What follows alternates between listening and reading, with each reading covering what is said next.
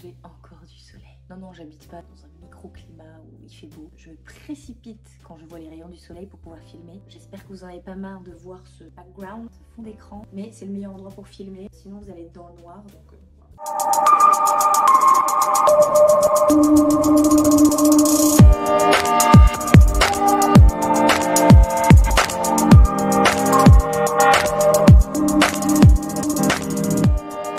Je pensais que j'allais pouvoir vous annoncer quelque chose de merveilleux, mais pas du tout. Après l'été, je me suis précipitée pour voir s'il y avait des places pour refaire un nouveau passeport. Vous savez, c'est long, l'administratif, ça prend 100 ans. Ça dépend des villes. Il y a des villes où ça va un peu plus vite. En quelques semaines, des fois, c'est méga rapide. J'ai essayé de trouver des disponibilités dans le coin. C'était mais tout un truc, ça a pris 100 000 ans. On a fait des photos d'identité, on a trouvé tous les papiers. On prend rendez-vous à la mairie de La Baule. On est comme as parce qu'on a toujours peur qu'il manque un papier, qu'il manque un truc pour faire le passeport. Le rendez-vous s'est plutôt bien passé. 2 mois après seulement, j'ai récupéré mon passeport le mois dernier parce que j'avais qu'une envie, c'est de faire mon premier voyage depuis, je compte pas la Corse où j'ai été l'année dernière ou il y a 2 ans, je sais même plus. Je suis pas partie depuis 2018. C'est un vrai voyage, un gros voyage loin. Oh putain.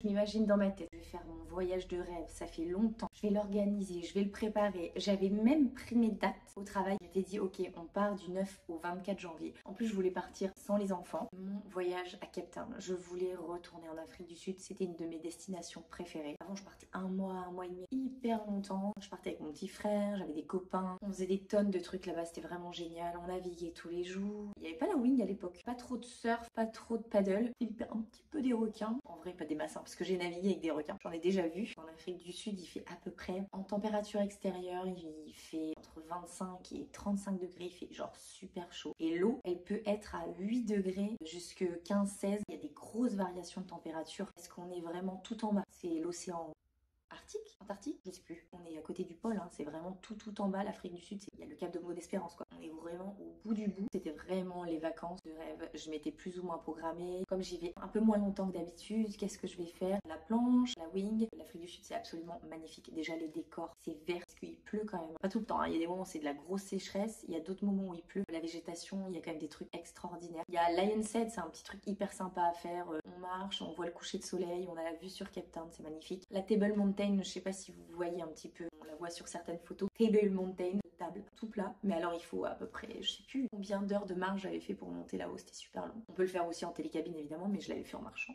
Warrior. Aller visiter le cap de Bonne-Espérance, aller tout en bas. On a vraiment l'impression d'être au bout du monde. Les liens se resserrent vraiment avec la nature. J'ai vraiment un sentiment de liberté. J'adore. Je me sens vraiment à ma place là-bas. Je trouve ça absolument magnifique. On voit des animaux en liberté, les autruches. Les premières années où j'y allais, je voyais les zèbres. Avec les années, j'en ai plus trop vu. On voit les babouins qui se baladent. Il y a plein de sortes d'oiseaux. Il y a des, j'allais dire des chamois, pas du tout. Il y a des bébêtes qui vivent un peu dans les rochers. Je suis très nulle pour savoir les noms des animaux, mais bon, on voit toutes sortes d'animaux et de végétation hyper cool. Je suis pas de ceux qui visitent les townships, ça se visite pas. Enfin, en tout cas, sauf pour faire des reportages pour dénoncer ce genre de choses qui existent encore. Des quartiers absolument défavorisés qui se vivent dans la misère. Je sais plus c'était combien de viols et de meurtres il y avait à la journée dans ce genre d'endroit. C'est absolument terrifiant. Ce sont des zones de guerre. Voilà comment le ministre de la Police décrit certains townships en Afrique du Sud. Des ghettos noirs sous-équipés rappelant la ségrégation raciale. Avec 57 meurtres par jour en 2018, soit plus de 20 000 par an selon les statistiques nationales annuelles. L'Afrique du Sud est l'un des pays les plus violents de la planète. 28 ans après la chute de l'apartheid, rien n'a changé pour les conditions des femmes dans les townships sud-africains. Elles sont des milliers à tenter de survivre dans des conditions d'extrême pauvreté et de violence, sans travail, sans ressources, vivant dans la peur. Certaines osent à peine sortir des foyers insalubres qui leur sont réservés.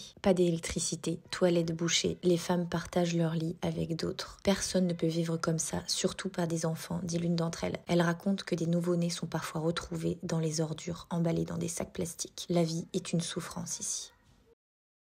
Quand on arrive à l'aéroport et qu'on se dirige vers la ville, c'est la première chose qu'on voit tous les townships. La différence entre les pauvres et les riches dans ces pays-là, c'est un délire. La pauvreté, c'est plus de la pauvreté. J'ai jamais vu ça de ma vie. J'arrive, je vois ces trucs-là, je pleure, je suis sensible. C'est pas que je ferme les yeux, c'est que moi, mon échelle, à part le dire que les inégalités sont terribles, moi, à mon échelle, je peux rien faire. Et les riches sont extrêmement riches. On voit des voitures de collection, des maisons énormes, des piscines à débordement, vues sur l'océan. Un endroit euros, les inégalités sont énormes. Les maisons, elles ont des barbelés. En plus, c'est les riches blancs. Souvent, c'est des Anglais parce que c'était des colonies anglaises. On voit des riches blancs anglais très riches. On voit que les femmes de ménage, les gens qui travaillent dans le bâtiment, c'est des noirs. C'est vraiment à l'ancienne là-bas. On se sent un petit peu moins en sécurité. On sent qu'il y a encore vraiment l'histoire par rapport à l'esclavagisme, la traite des noirs. C'est vraiment présent encore là-bas, c'est assez difficile à supporter. Après, mis à part ça, c'est quand même un pays absolument magnifique. Il y a également des vignes. Alors, en Afrique du Sud, il y a des très bons vins. Enfin, je m'y connais pas du tout en vin, mais il y a des super vignes. Il y a côté océan Indien aussi, où l'eau elle est plus chaude, c'est très sympa à voir. Il y a des grands marchés, des styles de marchés qu'on retrouve à Londres, là, avec les fruits, les légumes, les différents trucs à goûter et tout. Je vous dis Londres parce que j'en ai vu un à Londres que j'ai trouvé absolument génial. Et il y a ce type de marché en Afrique du Sud, c'est super. Après, effectivement, c'est souvent des touristes, hein, pas forcément des Sud-Africains qu'on retrouve. Je pense que ça vit beaucoup du tourisme. Pareil à Cape Town, dans la ville il y a des restos, je pense au Mama Africa, c'est un resto où on goûte toutes les viandes. Je crois que les gens ils peuvent goûter du crocodile, de l'autruche, enfin, vraiment des viandes que tu peux goûter que là-bas, vraiment des trucs typiques. Effectivement il y a des trucs un peu américanisés, des endroits où on boit des smoothies, des trucs healthy. Tu peux vraiment tout trouver. Il y a les petits quartiers aussi avec les maisons de toutes les couleurs. Je suis allée à Muizenberg, Simonstown qui fait vraiment petite ville anglaise où on retrouve des petits salons de thé avec la porcelaine anglaise.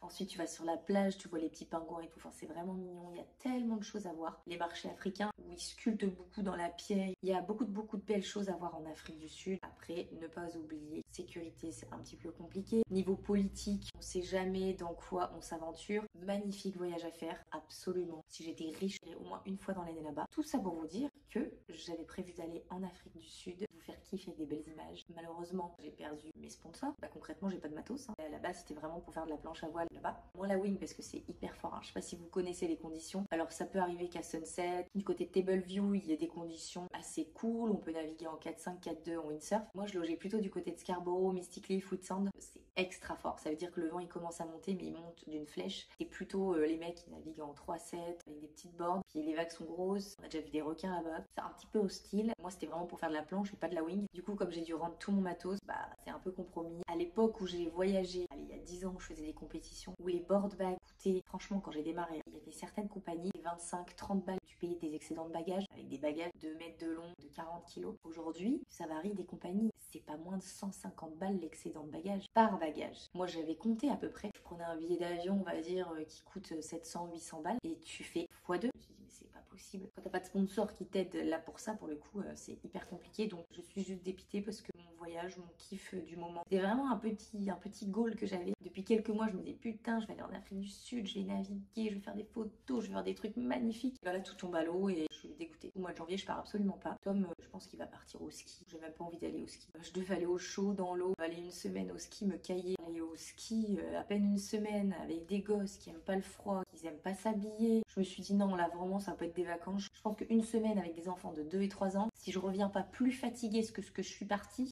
je veux pas. Et peut-être réfléchir à faire plutôt une petite semaine, un week-end de 4-5 jours, soit avec Tom, soit avec une copine. J'ai quand même des petites idées en tête. Je kifferais trop aller à Marrakech avec ma copine Sarah. Le Maroc, j'ai déjà fait pour aller dans l'eau et tout. Mais Marrakech, j'aimerais vraiment visiter les souks, voir un peu la culture, voir ce qu'on mange. En plus, Sarah, elle est marocaine, du coup, elle pourra un peu me guider sur les choses à voir et tout. C'est à réfléchir. Il faudra que je me fasse un petit budget. Je suis un peu ric-rac. Je pense que c'est le cas de beaucoup de monde. On est tous un petit peu là, avec des sous qu'on n'avait pas prévu de mettre, tu vois. De mettre des milliers d'euros dans le chauffage, dans l'achat de bois pour la cheminée. Enfin bref, le petit point vacances et Afrique du Sud est clos. Je sais pas ce que vous avez prévu, vous, pour les fêtes. Est-ce que vous faites Noël chez vous? Est-ce que vous faites Noël à l'étranger? Est-ce que vous faites Noël tout seul? Est-ce que vous faites pas Noël? Il y a des gens de certaines religions qui ne fêtent pas Noël d'ailleurs, qui ont d'autres fêtes. Peut-être que Noël, ils s'en tapent et ils font autre chose. Est-ce que vous avez prévu de faire des choses en janvier? Dites-moi un petit peu en commentaire ce que vous avez prévu comme voyage d'hiver et ce que vous préférez comme voyage. J'espère que... Non, je pense que cette fois-ci, je vais pas vous dire j'espère que cette vidéo vous a plu parce que ça voudrait dire que vous êtes content que je ne parte pas en voyage et ça c'est pas cool. Faites-moi des pouces pour me soutenir dans ma tristesse, mais vous inquiétez pas, je vais quand même prévoir pour Pâques.